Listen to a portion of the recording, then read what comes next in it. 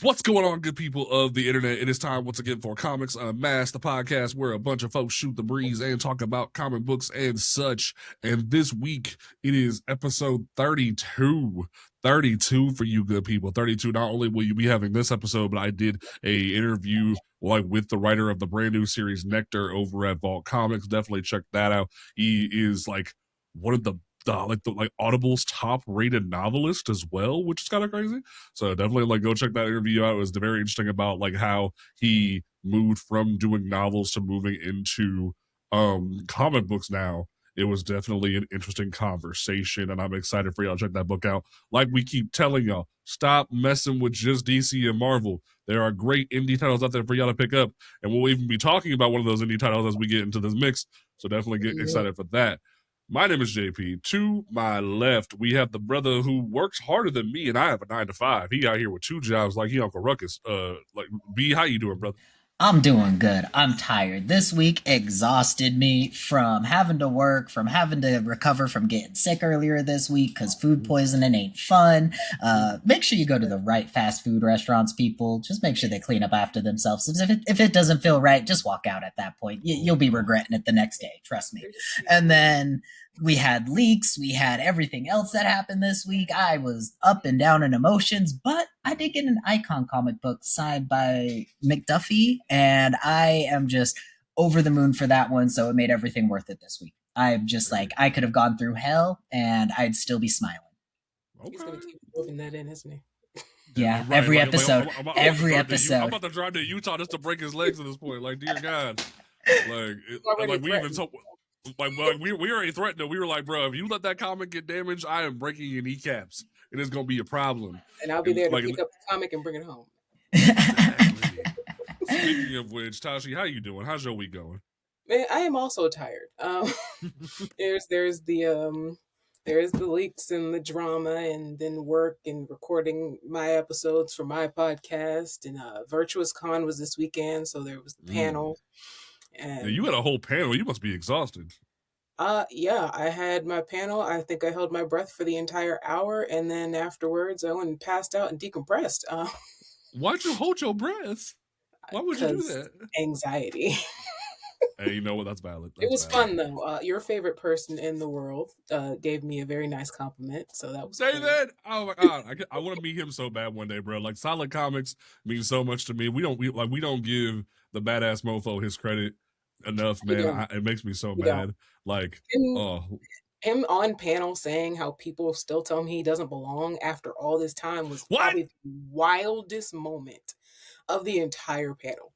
People still telling him he doesn't belong, and we all were just like, "Wait, excuse me."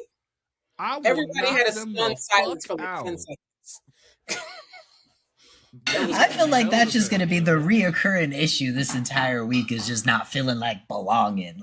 Jesus. I'm very bothered by these statements, and I need to beat somebody's ass.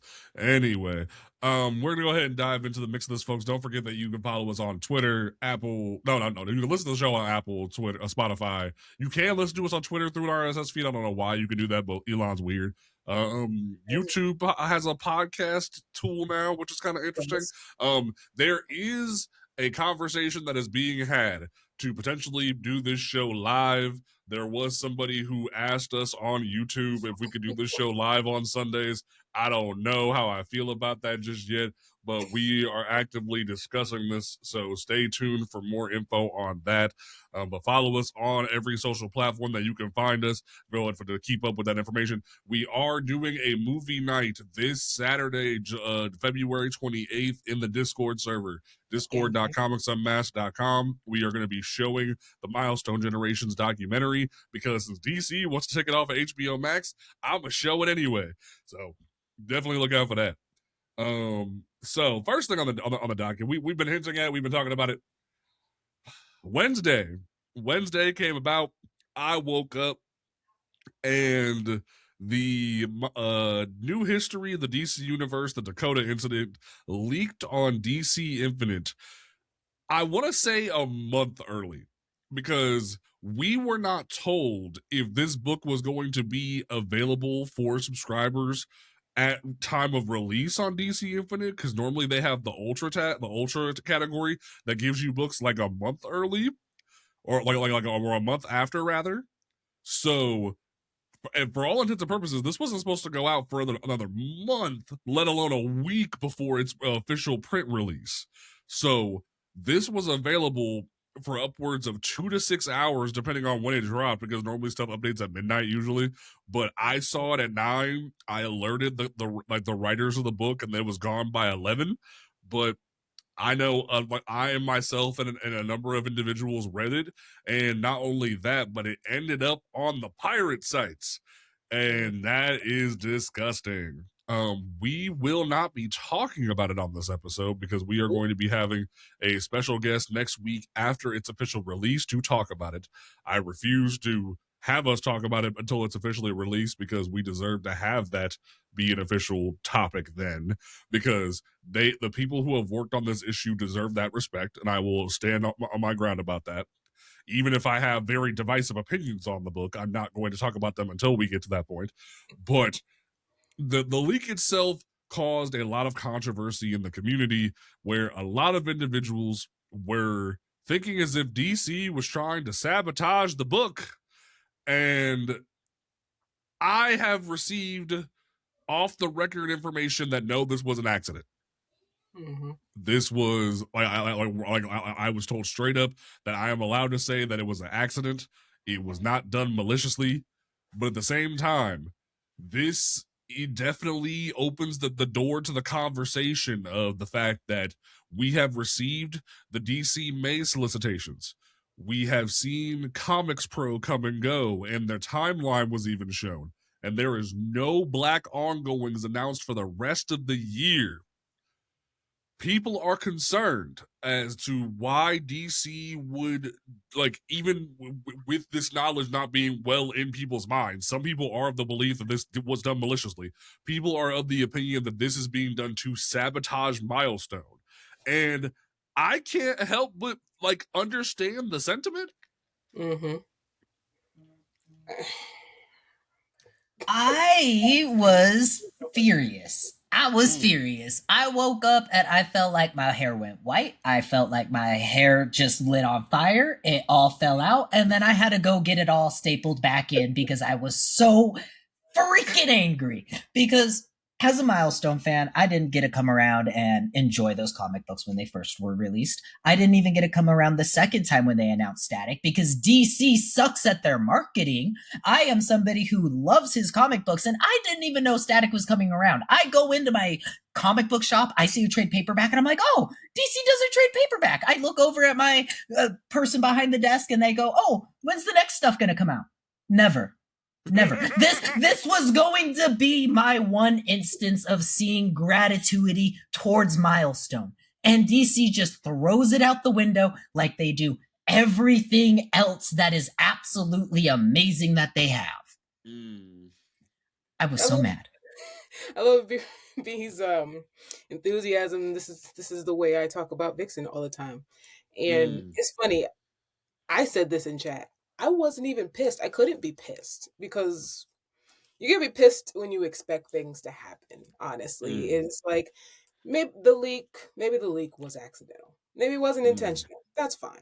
But like he said, but you guys still don't push stories, even when they are coming. And that, when it comes to Black stories, is in just about every type of media, whether that's movies, comics, TV shows, anything. They intentionally sabotage our stories so that when they don't sell, they can say that they're not wanted. And that's the thing too, is that we could even swing this back towards the white half of the conversation, where it's only doubly so when it comes to the Black conversation. But look at Green Arrow last year. Green Arrow started as a mini-series. It did well enough in sales where people were going into comic shops and buying it, so comic stores bought more of it to put on their shelves or put in the pull boxes. But even then, when Scott Snyder first said it's because of sales you don't have any more Green Arrow, People didn't understand the system. That's the biggest problem that still plagues, that I've even confirmed behind the scenes, that they're struggling to get folks to understand. When they say sales, they mean the pre-orders. They mean what the store buys. Because, like, genuinely, the stores are what the sales are. The stores are what influences that. And so many individuals don't comprehend that. It's mind-blowing. We've talked about it at length. We'll keep talking about it. But it's the matter of the fact that genuinely, that's why we're in such a battle right now when it comes to this, where, like, you have, like, Nicholas Draper-Ivey, you have Joseph Village, you have all these individuals out here begging for people to pay attention and understand the issue at hand. And to, like, Tashi's point, like, it's one of those things of, like, Vixen has only had one miniseries. Put that into perspective. She had one miniseries in the 2000s. And like, one thing that really irks me, and God love her to death, I love Juke Joint. T. Franklin, I love you to death. But one thing that really upset me was that she said was counterproductive a while back, was she was on her TikTok and someone saw her Vixen inspired tattoo, and they were like, hey, love that, when are you gonna write a Vixen story? And she said, I've been writing Vixen. I've been writing her in my Harley Quinn animated series comic book. And it's like, that's not the same thing, T. That's not the same thing. Like, you, like, and even then, DC's not publicizing that you're doing that. So why would anyone know that you're writing Mari McCabe and forcing Mari McCabe into your Harley Quinn comic? So it's one of those things where, like, even when you have certain people doing cool things like that, DC's not telling anybody. DC's not helping anything. Even when Joseph Village went out of his way to pay to make a trailer for this shit, he paid for it. DC didn't do it. DC didn't put it on their socials.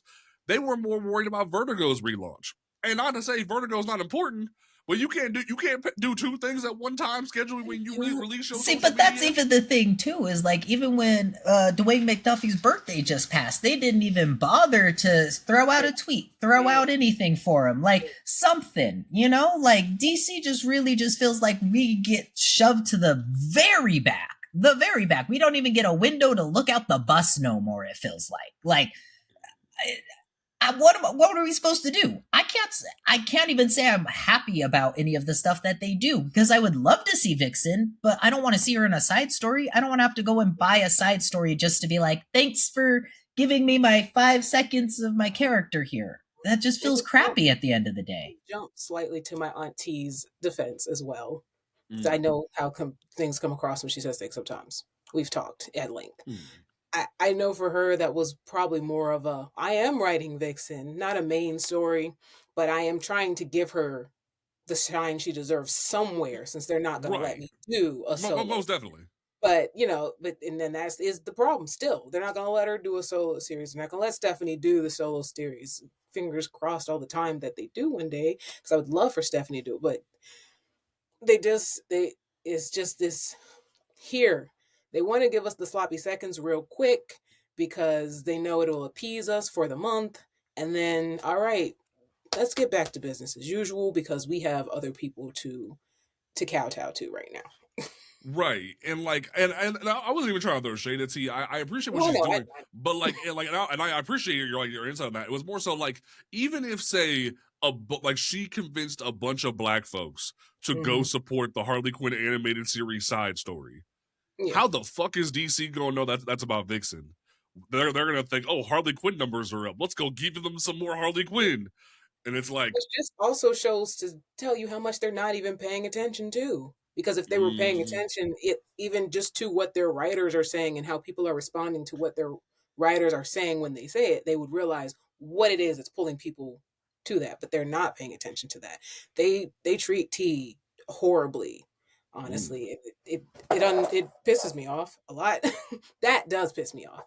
Is just like, you're not paying attention. You want more Batman, Superman, and Wonder Woman, and that's what matters. And that's some other stuff too, but. Right, and I will say, I want to give Scott Snyder a bone today, because before I gave him a little bit of smack because it felt like he was disregarding the point when it came to Green Arrow. But I will give him a little bit of credit yesterday, because people were like out down his throat about why, because like my 1,000 Dave like post blew up again on Twitter, and people were down his throat like, what is going on? There are, for lack of a better term, there are 13 white titles coming out as a part of DC Next Level. You couldn't announce a single black book.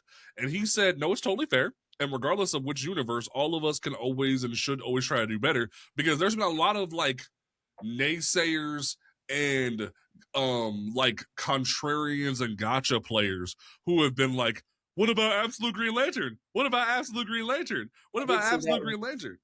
And I actually saw that one for the first time today. Yeah, and it's like, bro, and I will give people credit. There's a couple of people who are genuinely brand new comic book fans that don't understand the difference and are just happy for the comic book. Totally fine. I'm not mad at y'all. Y'all are brand new fans. I ain't mad at you. But it's the individuals who are trying to use it as a gotcha to shut me up and to shut up like us in general who are trying to talk about this issue. Al Ewing is a white man writing black characters, and you're telling me that's the only thing I get, and it's in a different universe than the main continuity. Like, and Scott was even like, when someone said, thank you for addressing this, I'm really loving what you're doing with the Absolute Batman, but like as a whole, and he was like, thanks so much, like, and thanks also for your passion for the medium. Please always try to keep holding us and everyone in comics responsible for better practices. It only makes us better. I think Scott is doing the best he can to hear the actual criticism, not the people who are hopping down his throat. And I appreciate that he's doing that. I even made a giant tweet where I was like, hey, I would love to have you on the show. Scott, technically, you still owe me an interview from 10 years ago. I'm going to hold you to it one day, damn it. You still owe me an interview where you said during Metal you were going to come on my show. I'm holding you to it. Genuinely, I would love to sit down with you and talk about not only this issue, but just your entire career, because this stuff matters. And when people see, and I think it was perfect how Ernie Blur Without Here put it today in his video, where it really looks like y'all want nothing to do with us. You don't value our dollar. You don't want anything to do with us. Where Vixen has never had a series. Black Lightning's 50th anniversary is in January of 2027. Nothing has been announced. Nothing is being talked about. Nothing. Mr. Terrific was blown up because of the movie. All y'all gave him was a miniseries. Like, it's baffling. So I don't. Speak on Sojourner too. If you want to say we have Absolute Green Lantern, sure we do. When was the last time Sojourner had a story? Far Sector, and like she's in the background of Morgan's core book. That's it. But that's it. So. And like I'll give it. I love the Absolute Green Lantern. I've been reading that. I pick it up every single month. It is It is one of my favorites that are out there because the story is so good. But the issue that we're coming across at this point is that we're finding nitpicky reasons, because now I have to go through and look at this mainline DC and see that I think it's Jamal Campbell's the only black writer that's going on for the main DC stuff, from what I can tell. And I'm like, because you have Morgan Hampton writing the core book. Okay, that's right. That's right. And then you have Jamal writing Zatanna, but that's it.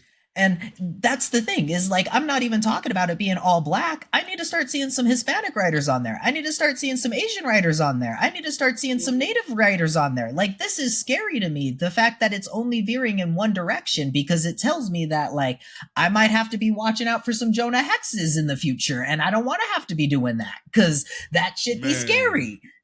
I will throw them a bone in terms of the Asian department, that, like, you got Peach like working her ass off, and then we saw with the announcements from Comics Pro that Mariko Tamaki is writing Barbara Gordon Breakout, which I did see that. Cool. I did see that. We love Mariko. I love Tamaki's work. Tamaki doesn't get enough credit. I think there's a certain subsect of the internet that likes to shit on her for her Starfire book, which. That's your only beef with her. That tells me that you ain't read none of her shit, because Supergirl being super was the shit. Her She-Hulk run was the shit, and y'all are just haters. But that's just me. You got thoughts on that? And that's on Mary Had a Little Lamb. Like, It's just it's sad the way people gravitate towards one mistake, and it's like if y'all gravitated towards one mistake, Tom King wouldn't have a job. But like, a lot of people wouldn't have a job. And we're not just talking comics in that case either. But like, It's just real goofy how they be acting. But like, just from there, I think the major issue is that DC needs to wake up before they just lose everybody's dollar. And I want to give a special shout out.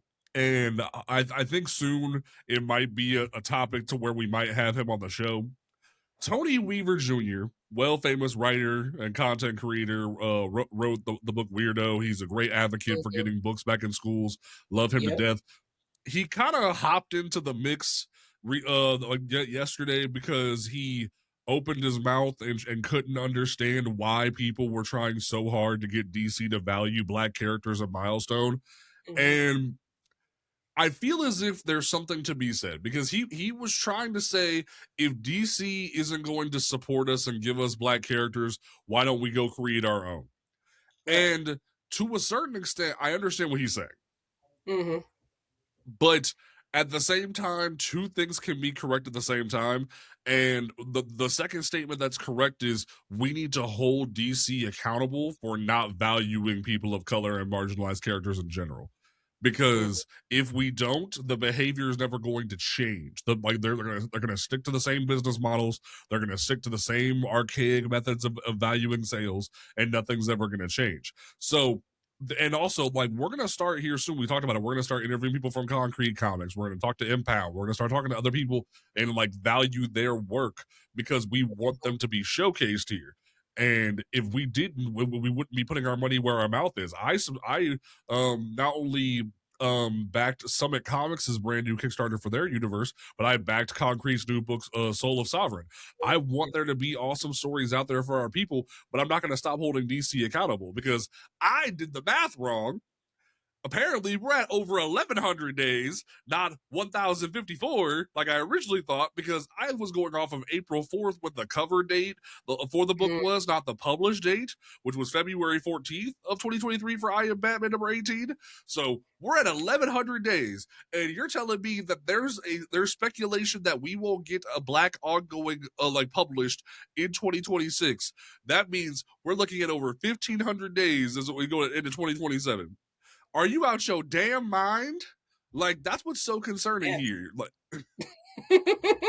yes, it's the most concerning. Tony's statement, and I think I feel like he wasn't trying to say we can't do two things. I feel like he felt like the conversation was getting stale to a sense. I don't know if that's the word I'm looking for, stale. And that's why I thought Captain Diesel's response was probably one of the best responses to what he said, where he was essentially talking about, yes, it's both. So, and he referred back to what Illich said to you about the sales numbers. It's like exactly that, and then let us also bring that over to indie.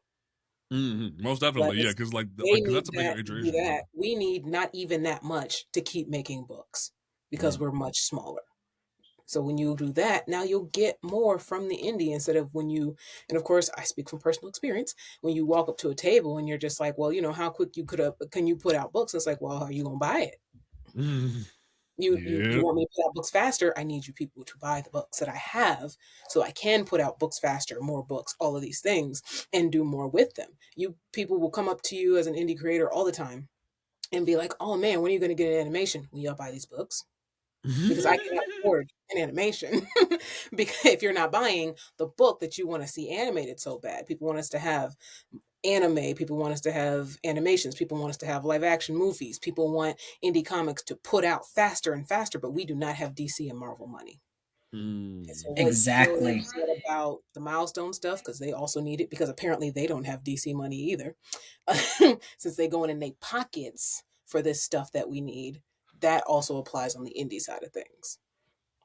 It's a thing I've been preaching for a minute, because again, and that's one of the best things that I think we can always talk about, because most authentic stories you're going to get are from the indie section. That's why you're seeing the Philadelphia's be so well. That's why you're going and seeing Something Killing the Children now getting its animated series. And those were all indie stuff, because that's where artists can truly put most of their soul and passion into it, because once you end up going over to the big two, they're going to be like, anything that you make technically is ours. So we are going to get a cut of that. And let's be honest, nobody wants to keep giving DC and Marvel their money. We want to like make our own equity at this point. We want to make our own stuff at this point. We want to see that get produced, and DC and Marvel don't want to do it.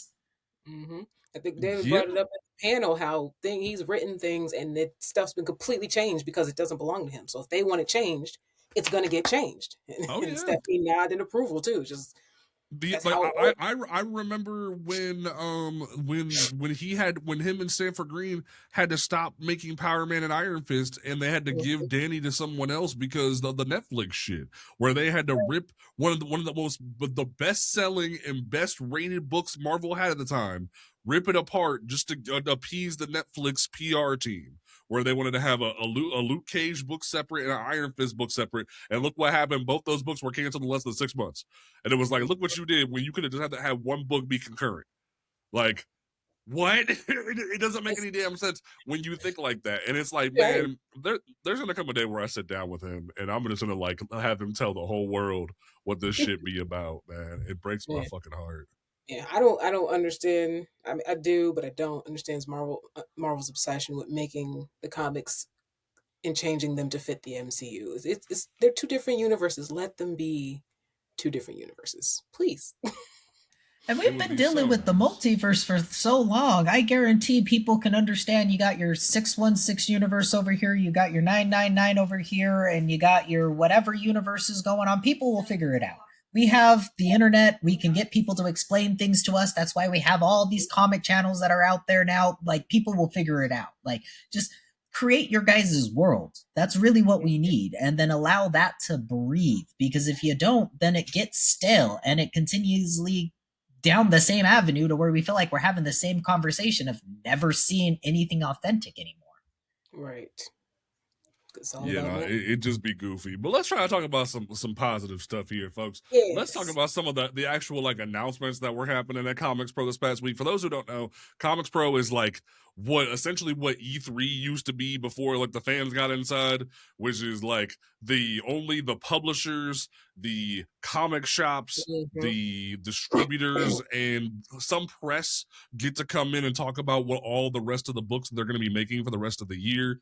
And some announcements were made in certain things. The big one that kind of had a lot of people freaking out was we finally got the reveal of when we are getting Absolute Green Arrow, and this shook the whole world because it's starting out as a 6-issue thing, and then if it ends up getting enough traction, we will see it expanded from what was said. This name breaks my heart every time. Pornsak Pichetsate is the writer, and artist Raphael Albuquerque is the artist. And the story is basically going to be that a serial killer is killing the corrupt billionaires that potentially murdered Oliver Queen, and Dinah Lance has to go in because she is a protection specialist that try to stop this from occurring. And I'm sitting here looking at how awesome this book looks, and I'm so ready to read this. I'm so excited to see what develops here. Part of me wants this to be Connor Hawke. Like, I really want this to be like absolute Connor Hawke just tearing into all this. Someone said it might be Roy, and I was like, okay, Roy as a Green Arrow sounds kind of weird. But I will say the one thing that really irked my soul was there was one of the covers had Dinah in the background, short hair, looking kind of masculine, and the neck beards were out. The neck beards were out in force, and I was so annoyed. I'm like, bro, they're like, she looks like a man. Dinah live. Let us have Butch Dinah, please. Can we just have that? I don't know. Bruce does it. Yeah, why is it that like as soon as we get like a masculine woman, it becomes like the scariest thing in the world to these men? I don't understand it. And like maybe it's just a 5'3" me, and it's just like I love the idea of staring up at an Amazon. I think that's an amazing idea. But like for some reason with these men, it's just like, no, this is the worst thing that could ever have happened. And like she looks amazing on that cover. Why are y'all complaining? Those biceps. It's more than fine. That's not the point anyway. I feel like I'm back in the Yeah. gaming community having the same conversations all over again. It's just it's Right? sad because it reminds me of when Carol was popular as Captain Marvel, and they were calling her Carl Manvers because they couldn't handle there being a masculine presenting woman. It's like, bro, maybe that's Literally. like maybe certain body types just ain't for you, dog. Like, I don't know. It's very odd, and I don't understand it.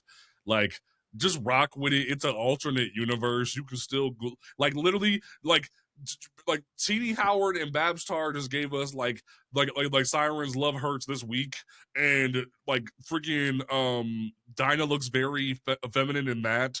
Go read that. If you want a goon, go read that. It's fine. Right. Like I don't know. If you want I picked up that first issue and they set that up for the the Gooners. I'll let them know. I mean, and then the internet exists for you guys as well. We want to read comic book stories because we want to read the stories too. There's stuff out there for that. Just saying. Exactly. It's just hilarious. But I think like this will definitely be a really good miniseries. They also announced that Absolute Catwoman is officially coming out in May. Like we knew that was being co-written by Shay Grayson and Scott Snyder. I don't know if I'm like super excited for this. I'm more excited for the potential of Shay Grayson getting it into DC and potentially having another like female writer of color being like given those opportunities. Because for me, maybe I'm just getting burnt out on the Absolute stuff. Maybe I'm just not feeling it no more. I'm holding on by a thread because I want to see the Green Arrow stuff. I want to see all the weird villains in the Batman shit. And like I don't know. Like Selena never been one of my favorite characters, but I'm more excited about the opportunities for Shay, if that makes sense. Like that's more. No, definitely.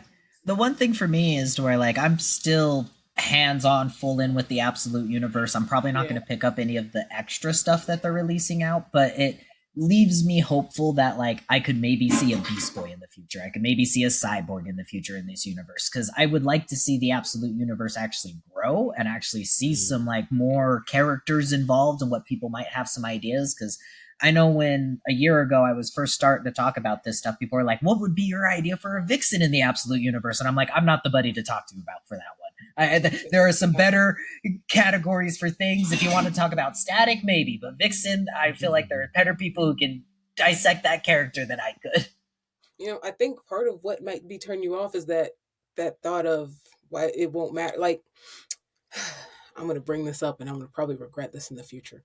Dragon Ball Super. One of the reasons I was not really invested was because I knew none of this was going to matter at the end of the day. I was like, this doesn't matter. This is before the end of Z. None of this stuff exists at the end of Z. Now, of course, now we're talking continuities and stuff. So whatever, that's always there out. But just like at the time, I was like, I'm not invested. This is before the end of Z. None of this stuff is going to matter. They're going to lose it or something. Somehow it's going to happen. Ooh, barely matters at this point. This is why JT is better. And cool. And then I also didn't just enjoy the show in general, so it didn't matter. You just made my heart so happy because I've been a GT defender for so many years. I am so happy about this podcast. I used to have the GT on Game Boys. Like I used to be that defender of GT because I love the rap theme. I love the vibe of it. Like Super Saiyan 4 was so cool. Super Saiyan 4 was my favorite ones of all time. And like people thought the story dragged and whatnot. I enjoyed the story. Like maybe I'm just weird like that. Was it the best written thing? No, but the through line and the theme though made so much sense for the show. Everyone was coming back. Baby was coming back to get revenge on the Saiyans. The dragons came back because it was like, hey, you've been overusing the Dragon Balls. That's dumb. And of course, we all know the Dragon Arc was the best arc of the whole series shows. But like, it was just, yeah, sure. Some of the filler was kind of, what are we doing? But like, overall, filler's always like that, though. There's never any good filler. Let's be honest. It was good. It had a solid through line. They knew what was happening. It was definitely like the Super was a mess, bro. I didn't need it when it first announced it, and then the first transformation is just Super Saiyan, but like no, not even Super Saiyan, Kaioken, but darker red or brighter red. I was like, you've lost me. Like Yeah, it's just and then like his ultimate form is just him, but with like whitish hair. I was like, what are we doing? Well, I do have to say that the Ultra Instinct transformation first time does go in like the top 10 transformations. Yes, I will give you that. Heat. I did like that series. I did like that portion of it and everything like that. Dope. But, you know, everything around it was just like it was jumbled. You know. And now it's coming back. So, you know, but they're about to redo it all, which I don't understand why. It's very odd. But they don't even want to continue it. They're just going to redo it. It's very bizarre. Oh, I thought they From were there, though, I'm gonna say, like, did you guys have any thought? I'm gonna say, like, Tasha, did you care about Absolute Catwoman at all? Because I enjoy Absolute Batman, I do. I like Selena as a character most of the time. So I'm curious to see the dynamic really play out. Okay. And with my absolutes, we always buy the trade. So like I have only gone a little past there, but like I think 2 issues past when the first trade dropped, and so we need to go and get the second trades, and then we'll be caught up to that anyway. Well, except for Green Lantern, we get those individually as they come out. That's fair. I'll give you that. So from there, let's dive into some of these other announcements that we got, because we finally got like we were talking about, like a Barbara Gordon Breakout is coming out, written by Mariko Tamaki. This series looks interesting, but like I didn't like expect it when they first announced it last year at New York Comic Con. It was very much like a side swipe where I'm like, oh, Babs is going to jail. Okay. Like, because apparently the whole premise is that like randomly now Vandal Savage is the commissioner for the GCPD, and somehow he's framed Babs to go to prison, and I'm like, huh? I guess the Batman story that was happening, right? I can't remember which one it was called. Yeah. Because I was about to say Savage was definitely commissioner in that story, and I was enjoying that story. So right. So we'll definitely have to see how that goes. I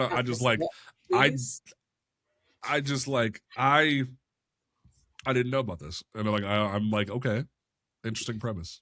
I hope they go with a good breakout story. That's just really what it is. Because, like, I remember seeing, like, all the prison breakout TV shows back in the early 2000s and late 2000s and stuff like that. And that was the first thing that came to my mind was, like, maybe we get, like, Barbara Gordon all tatted up or something like that. Like, do something real cool, change up some stuff here for us. But, like, you know, I know they're going to have to keep it to some continuity and then throw her back into a bat costume eventually. So I just want to see something cool. That's just really all it is. I don't know what they're going to do because it feels out of left field, which is sometimes good. Yeah, sometimes it is good. So, like, it definitely could be a banger. The one that I'm really intrigued by, that I'm very excited about, I've been very lukewarm about all this next level stuff. I've been very lukewarm. But then they announced a Dead Man series. Okay. I knew that was what we were going to say. Written by the guys who wrote Ice Cream Man. And oh my Lord, oh, this is gonna be good. Oh, if you ain't read Ice Cream Man, if you ain't read Ice Cream Man, that book still defies logic, it defies expectations. And when you read this book, it's like it'll really confuse you and frighten you. And I'm excited for this. What are your thoughts? I haven't gotten to read Ice Cream Man, though I have heard nothing but good things about it. However, I am a Dead Man fan, and that's the important part. And so, please, if I am happy, I'm excited. I just want him to get his due. I need somebody that I like to get their due for once. If it ain't Vixen, it might as well be Dead Man, right? It's not Vixen. Like, we finally got some Tim back, some Tim Drake, because Tim Drake doesn't get a lot of his due either. And give me some Dead Man. Like, I'll take that. Not in lieu of, but I'll be satisfied for a moment, I guess. Unfortunately, no Ice Cream Man for me, but I do recognize that cover, so I'm going to be going and picking that up at my shop. I think we have like a couple like back issues hanging around somewhere that I remember seeing, so I might have to be checking that out. But for the Dead Man stuff, this is what I was hoping for more of from like the DC Next Level stuff and everything was seeing more of these comic characters that we don't get to see more of, you know? I wanted to see more of maybe the Spectre. I wanted to see more of Deadman. I wanted to be able to see these characters who didn't get as much love that should have gotten in the New 52 because we were so focused on Batman at the time, you know? Like, there needs to be so much more going on with DC, but it just feels like they're trying to play it safe to their whales all the time. Yeah. And so I'm excited for this one. This one immediately went into the pre-order. I immediately called up my shop and was like, put the list on there. I'll be calling you every week to make sure that it stays on there too. Now, I don't want any mess ups in the computer system. Now that I've been reminded, Ice Cream Man has now been added to my favorites. I will be checking it out from my library. Yes. It's one of those ones like you don't expect it to get as weird as it does, and you're like, I'm not gonna lie. When I heard about it and I looked at the cover, I fully expect it to get weird. It just looks like it's gonna get weird. It looks so innocent, and you're like, ooh, and they're like, hold on. Let me go back to Hoopla right quick. So that definitely was the one that freaked a lot of folks out. Then there was the other announcement that had everybody and their mama. Look at that shit. Look at that shit. That man does not look innocent. That man looked like he up to something. That man is up to something. I don't care. That's funny. The other announcement that had people going, what? Huh? We found out that writer Kyle Higgins and artist Danielle Niculo are teaming up to do a brand new Teen Titans book with Jason Todd Red Hood leading a new team of Teen Titans. And we have Mr. Terrific's son Fairplay. We have Cheshire and Roy Harper Arsenal's daughter Leanne Harper as Cheshire Cat. We have Damian Wayne's girlfriend / potentially ex-girlfriend. We haven't got confirmation of this. Flatline. And then we have two new weirdo dudes and Jason. And I guess it was bound to happen sooner or later that Jason got to lead a team. I guess we've had Dick for years. We had Tim for a few years. We had Damian for a few years. Like, I guess it was bound to happen sooner or later. If this doesn't start off with all of the kids stealing a car or some tires off of something, I don't want it. They need to have some good comedy mixed in with this, because like the first thing I thought of was like, these kids are going to be traumatized after dealing with this like man for a while, you know? Like what are they going to do? And then Fairplay is going to have to try to keep them all in check over here and try to keep them on the moral compass line. And then you're just going to be having the leader be like, we'll just shoot them. Well, we'll just take them out. It'll be fine. We'll figure this out. Like that was my initial reaction. Tashi, how you feel about this team? Oh, she froze. There she goes. So anyway, back to what I was doing. Is she there? Am I still frozen? You there? No, you're back. I'm back. Okay. Kind of fading in and out a little bit. I accidentally clicked something. The whole computer screen went black. So I was like, "Oh Lord, okay, well you're back. There we go." Okay, yeah. Just my reaction was just okay. You're like, all right. I'm not a Jason Todd fan. I feel like they just don't ever know what they want to do with him. But for some reason, they just know they want to use him and stuff. It's because they know he's popular, so they're like, "Oh, we might as well. We got to do something with him." And I understand. Like last year, the hot drama was they fired the new writer over her having beef, which like her saying shit about Charlie Kirk, and like I've had so many thoughts about that to this day. But genuinely, this looks like a bundle of fun. I'm excited. I feel like it's just gonna be like Fairplay and his autistic ass looking at these people like they're fucking crazy half the time. I will say that's the only thing really got me like, maybe. and that's fair. Right. Like, it's gonna be like him sitting there, like, I don't know what's wrong with y'all. Y'all are crazy. But like, the one thing that really bothered me was there was a bunch of people on Twitter that were like, why is Jason running around with a bunch of no names on a Teen Titans book? And I sat here and went, it's almost as if like we've been throwing no names on Teen Titans books for like decades now. Like when you look back at Marv Wolfman's original New Teen Titans run, Cyborg was a new character, he was a nobody. Starfire was a brand new character who was a nobody. Raven was a new character. Beast Boy was a reject. Huh? I was like, these were not the original Teen Titans, guys. Yeah, no, like let's say Beast Boy was a reject from the Doom Patrol. Like we've been supplementing characters for years. The Atom had a team of Teen Titans that were brand new for a few years back during the early 90s. Like Damien's second team of weird Teen Titans was a bunch of new characters where you had like a Cannon Bolt from Ben 10 reject, and then you had a Genie character and something else. It's like we've been doing this kind of stuff for a hot minute. I don't know why. Like the whole reason why we met Lobo's daughter was because of Damien's Teen Titans. So when people say, oh, we don't really fuck with this new group of Teen Titans, it's like, do you? Because you ain't even read the damn book yet. like that's where I'm at with that. First off, you gotta get off of Twitter. You gotta get out of there. It makes for good content. That's fair. But they put the screenshots on Threads. That's true. Like, a lot of people do that. It's just like it makes good content. And like my one post blew up of me calling people out and saying that Cyborg and Raven and Starfire were rejects or like brand new characters. So like people kind of woke up and realized I checked them like real easy.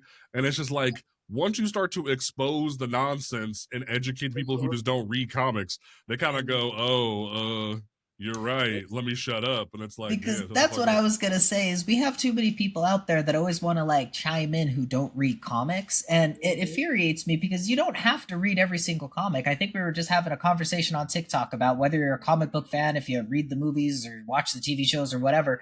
It's you gotta at least enjoy the medium, at least ingest the medium and know that you don't know everything. Know that there's going to be some vague character you may not know that lives there or has some special power you may have not known because it was in issue 1064 in Batman, Like there's going to be those vague things that happen.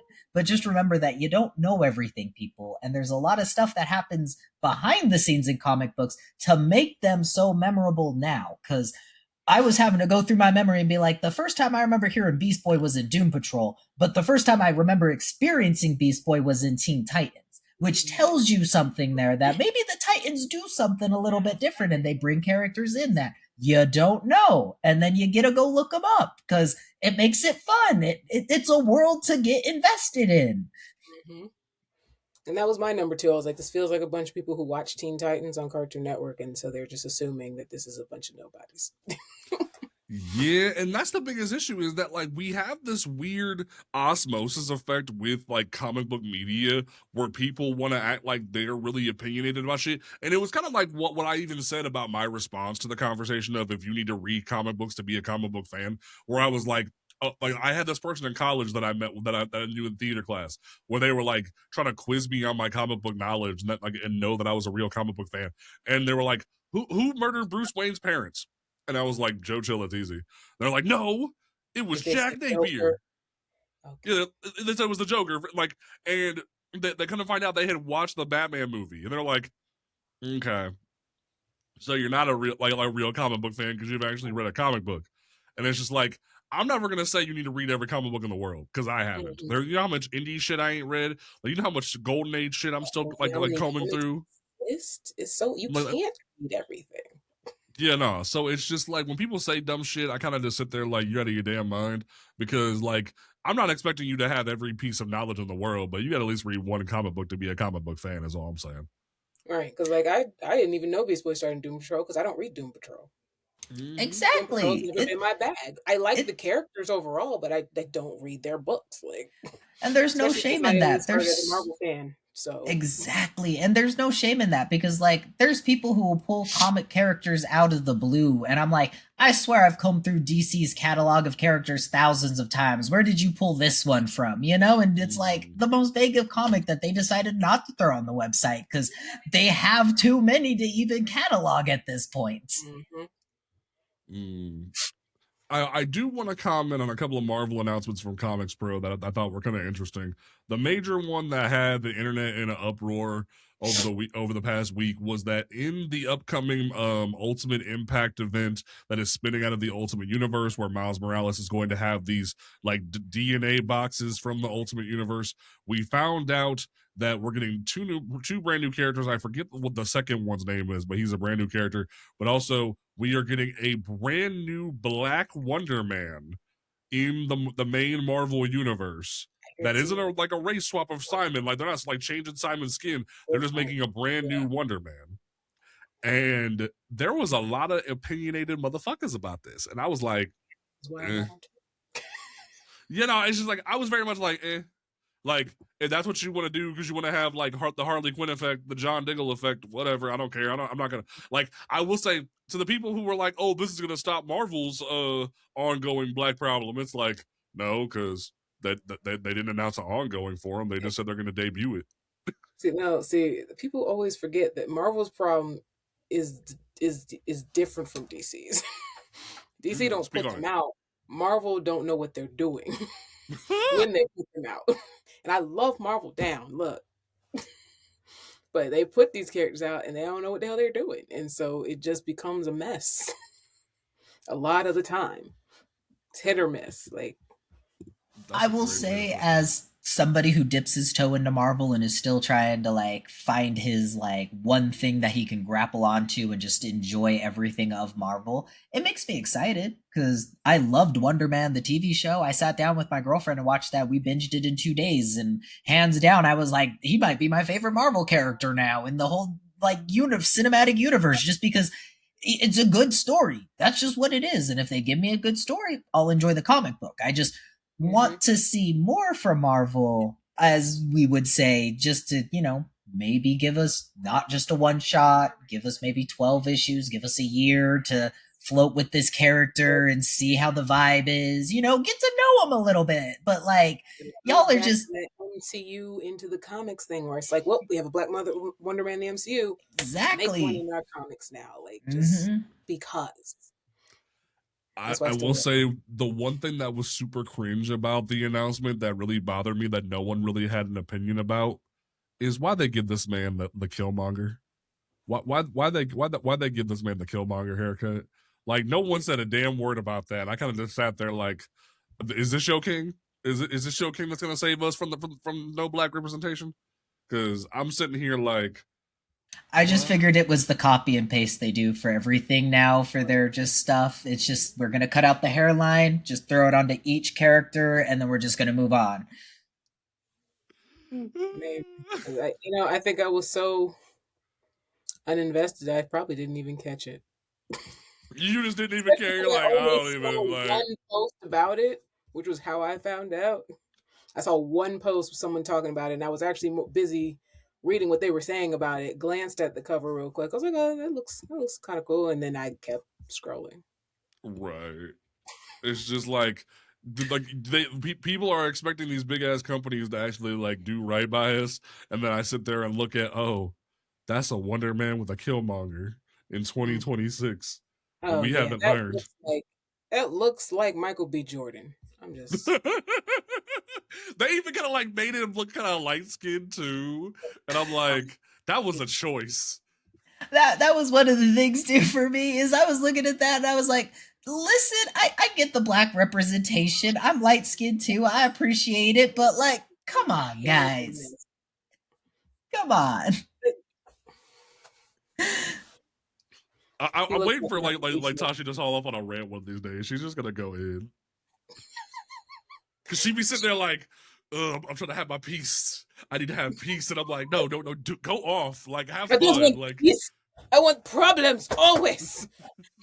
I just want to say it nicely. That's all. It's just so funny to me, and I think it's hilarious.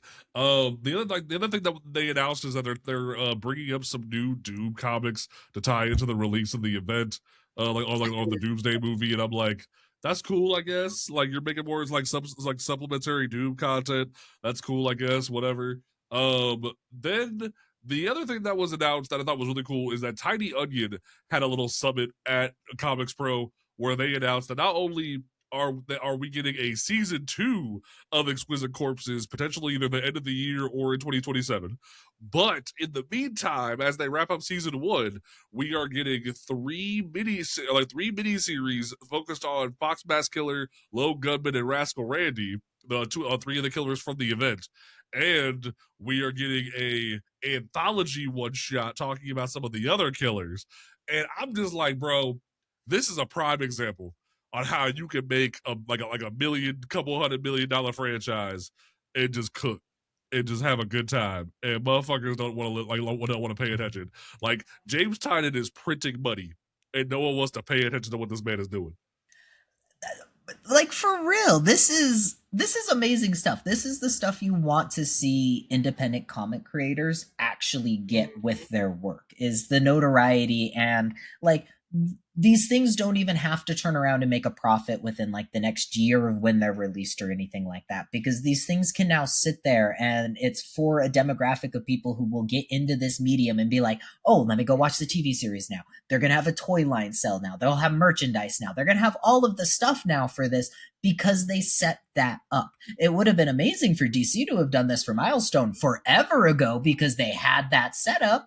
But no, they didn't. But now Tiny Onion gets to come in here and flex their chops and show them how it's actually done, because they can go, hey, look at this. We got all this cool stuff here. Look at these extra TV shows. Look at these extra comic books we can put out for you. All of this stuff is so amazing. Come enjoy our world. Why can't we get that? This stuff is amazing to see, and it got me so hyped to see it. Yeah, and now I need to catch the frick up because I only read issue 1. So, like when I tell y'all that a lot of my comic reading, when I can get to the shop, I definitely do it. I pre-order what I can, but a lot of my comic reading comes off library apps because unfortunately I miss. But it is what it is. One of these days, though, I know we're running out of time. I want to ask y'all's thoughts on Boom's announcement. Oh, the Power Ranger stuff? Returns for comic shops. That is a very interesting one that I did want to touch on, because the fact that we're seeing Boom as an entire publisher saying for the first time since I think DC Rebirth, we are seeing a publisher outwardly say we are going to make books be all returnable for comic shops. This is a shift that I haven't seen since then, honestly. Like because that was back in 2016, and this is going to add a new dynamic to sales numbers that we haven't seen in some time, where they're going to use this as an avenue to see what books are actually selling more so. Mm-hmm. And I'm very excited to see what they do with that, where it's like, yo, we might see actual sales tracking on a larger scale. And maybe this could be a good litmus test to see if DC and Marvel could reopen those doors. But it raises up a comment that I heard that someone asked me a while back that I said on last week's episode, where someone straight up said, hey, does that mean sales charts like count the books that just end up in back issue bins?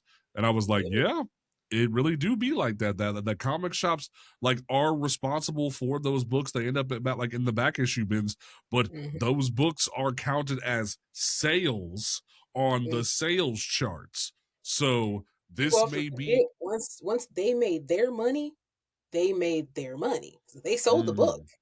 Yeah, I think that's what I was trying to say with the GameStop thing the other week.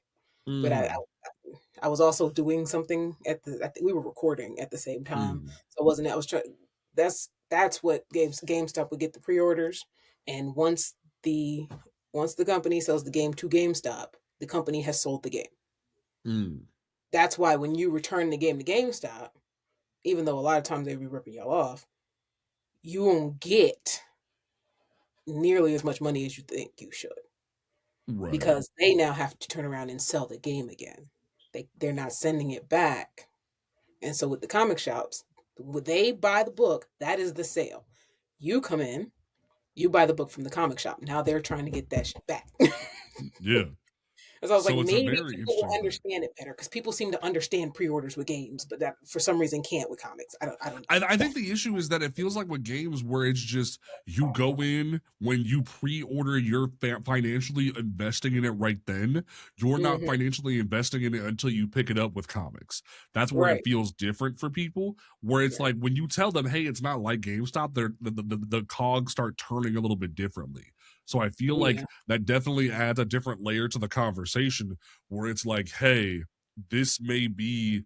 The way it could be beneficial down the road is that if we do revisit the returnable concept. Right. Because now maybe the shops can get the books that they're like, and it's not as much as a what's the word I'm looking for? They're not taking as much of a risk now because they know they can send it back. Most definitely, yeah. Now you'll be able to see what's really selling. Definitely I adds love a the new dynamic. idea as somebody who just works at a comic book shop because this will give me more of a vibe just to see how people enjoy their comics, what they're actually enjoying. Because I'll see people come in and buy a comic, and then I gotta wait a couple of months to see if, like, oh, are they gonna pick up the next issue of Storm? Oh, are they gonna pick up the next issue of this? Is it gonna fall off and that kind of stuff? Versus, I might see someone come in the same day and be like, this was crap. I don't want any more of it. Like that's going to be an incentive for some people there. But like me personally, I'm probably not going to use it because I like getting my comics and then I like collecting them because at the end of the day, I just like having a range of stories on my shelf. So if I ever want to go back to, I can reread them. Even if it was trash, I can at least know this was a bad comic. I still want to reread it. It's one of those weird things. So it definitely is going to be interesting to see how that goes because it would definitely adds a new layer to the conversation. I just feel like until we can get people to understand how the system is different than other industries, we're not going to get anywhere to where like you're going to see more and more marginalized books cut off. You're going to see people's minor characters in like white characters like Green Arrow still fall off. And it's going to be like, well, y'all didn't listen. And it's going to be like, we back to square one again. And it's going to be the same cycle over and over again. And it's like to keep it in Boom's court, that was a big incident that kind of happened this week in the Power Rangers community where they were like, hey, here's all these new Power Rangers books we're announcing from Boom. And people were like, but what about Prime? And it's like, you didn't support Prime. And Melissa Flores was on this show and she announced to everybody that yes, Prime is canceled because y'all didn't support it. And it's like, what do you want now? Like you're going back to Mighty Morphin because y'all fuckers didn't support it and they want to get mad, but like, when I bought it off the shelf or I bought it digitally, that doesn't count. And it's like, oh. Which is very unfortunate. Not even like it would be nice if they could find a way because there is and that's always been my thing about it. There's the privilege that comes with sometimes being able to pre-order books. I don't think it's talked about enough. For And some that's people. it's so true because there's some people who like I live a comfy lifestyle. With my two jobs, I can still go out and buy comic books. But there's people out there who have kids who work two jobs and maybe they can only buy one comic book a month because that's how stretched thin they are. And I feel bad for them because they want to be able to say, hey, I want to go on my global comics app, read these comics, and then people know that like this is what we like and we want more of this. But they can't do that because for some reason they go, this don't matter. The DC and Marvel app, the tracking on that, it don't matter. We don't care that you're reading this. We care what you're putting into the comic book shops for some reason because that makes them more money for some reason, even though they make more money from their movies and everything else that they sell and their toy sales and everything like that. Right. Yeah.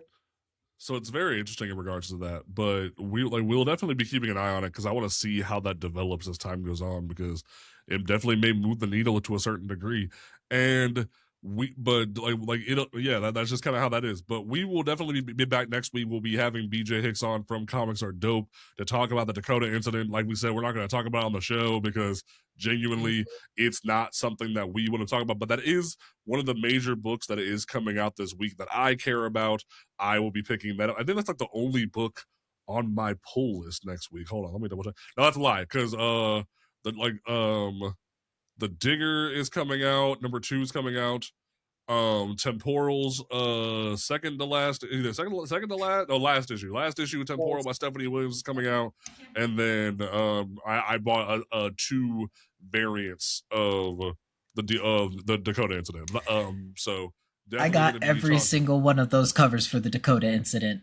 I told my comic book order every single one of them because I will spend the money, the extra money. I will go to my old elementary school and start handing it out to the kids so they read it. I just need everybody to get a hand of this comic book, that please. 100K challenge, brother. Yes. Mr. Terrific Year 1's trade paperback is also coming out that week. Yep, and so I'm going to be picking that up, hopefully. Was there anything else that was coming out that you? I know Absolute Wonder Woman's coming out. That's going to be a big one. Absolute Martian Manhunter. I've been loving that one as well. Ooh, real quick, B, how are you coping with the news that Absolute Martian Manhunter is ending at issue 12? I hate it, but I also saw that coming because, I mean, it's very hard to write something like this and keep it as an ongoing story without people jumping off of it. You know, it's a very mental comic book, and so I don't ever expect those to last very long, you know? But I enjoyed it while it was here, and I'm excited to continue reading it as it comes out. Most definitely. I do. Punisher #1 from Benjamin Percy is coming out next week if you're a Frank Castle fan. And then Power Fantasy from Kieran Gillen has been the shit. If you're not reading that, definitely pick that up. It has been the shit. I remember the first time when certain people got killed. I'm avoiding spoilers, I guess, and I just stared at the comic like this for like 5 minutes. I was like, it's so funny. Like he does not play around. Like Kieran Gillen will off a motherfucker. I like it's so comical. And then I also was there any other books that were coming out next week that I'm not privy to? Black Panther Intergalactic #3 is coming out. So definitely pick that up if you're a Black Panther fan. We were going to talk about the Black Panther 60th anniversary, but we might just move that to next week. Like we might do like a separate thing for that, separate from the BJ conversation. But definitely get ready for that. That I will say, 7 out of 10. It was like there were some good stories in there. Just for like I will say that was a really good read. But what dropped it for me was the fact that like there was no announcement of a future ongoing. There was no information on that. The stories though were good. I will give it that. The stories were definitely really good and worth people's time. Amen to that. I loved it. The cover art too, amazing. Had me excited. I need to pick up more Black Panther. Very much so. Yeah, for sure. I haven't gotten this yet, but I do agree with that assessment. Tashi, what you want to leave these people with for the week? What is your closing statement for these people? No, be nice. I'm sorry. Hey, guess what? Because I've been saying it all weekend, I guess. Go buy some indie comics. For the love of God, please. Go support Black indie comics. Okay. Super simple. I love that. We love it. Okay. Shit. I will say I'll have it linked in the show notes. We definitely need to get you some points on that. B, what are you gonna leave these people with for episode 32 of the show? With this week being very frustrating, always remember, go out, be positive, try to help your neighbor, touch some grass, go out and just talk to somebody who isn't in your normal circle of just say hi, how are you doing? And just, you don't have to start a conversation, but just be friendly. Everybody, just please. This world is crazy. We need to be nicer to each other. I know it's a constant thing that everybody pushes, but be friendly to one another, and it might help out this world just a little bit better because we are going through some crazy ass times constantly. That's a great way to put that. For me, I have been noticing that I've been caught up in a lot of Twitter conversations, even like y'all calling me out at this episode. Twitter, guys, it's time for an intervention. We need to make sure he's safe, guys. I know, right? It just be wild, and like it got to the point where like even very problematic brother who needs a haircut shine comics started like unblocked me from Twitter to talk shit.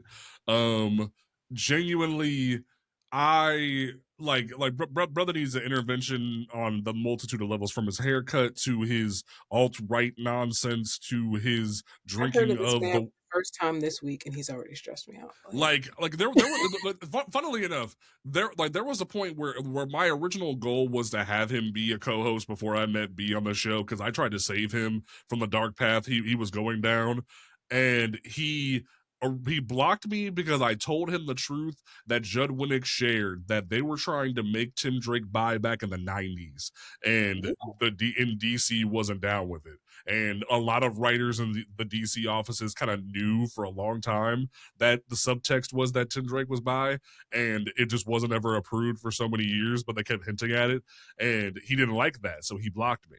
But he's been screen capping and reposting my stuff and Joe Illich's stuff for the past few days, and then he called me a pussy bitch. And then he just apparently, well, y'all, the reason why you see me looking at my phone just now was he unblocked me to talk shit about me, like reaching out to Scott Snyder to talk about the issues with the 1,000 Days, and he keeps trying to antagonize me, and I even straight up said, I was like, watching you, because how does he even know you did that? Like, apparently he's found a way, but he unblocked me to talk shit, and I even retweeted it. It was like, look, dog, I ain't got no malice towards you. I ain't got no issue with you. I think you're going down a dark path, but like, have a great day. I don't got time for your bullshit. But like, that's kind of where I was at with that, because it's like, bro, if you want to be dumb, if you want to almost get sued by Christopher Priest because you don't know how to quit talking shit, that's on you. His idiocy and a lot of people's idiocy, it needs to be studied to where sometimes we just put the phone down. And there was even a point where I had made the post that I talked about where I said, hey, Cyborg and Starfire and Raven were nobodies, where someone tried to check me about Donna Troy originally not being a sidekick. She was just like a Wonder Girl because they wanted to make a young Diana, but then they had to rewrite it or whatever the fuck. And someone tried to tell me that, like, show me where Donna ever teamed up with Diana back when she was Wonder Girl, yada yada. I'm like, bro, I'm tired. I got shit to do. I'm not gonna argue with you on Twitter.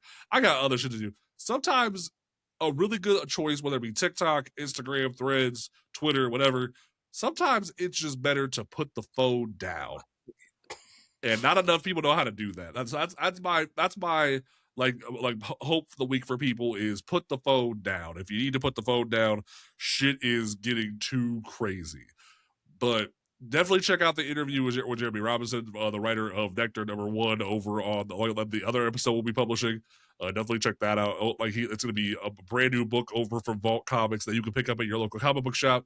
We will be back next week for the episode with BJ Hicks, so definitely get excited for that.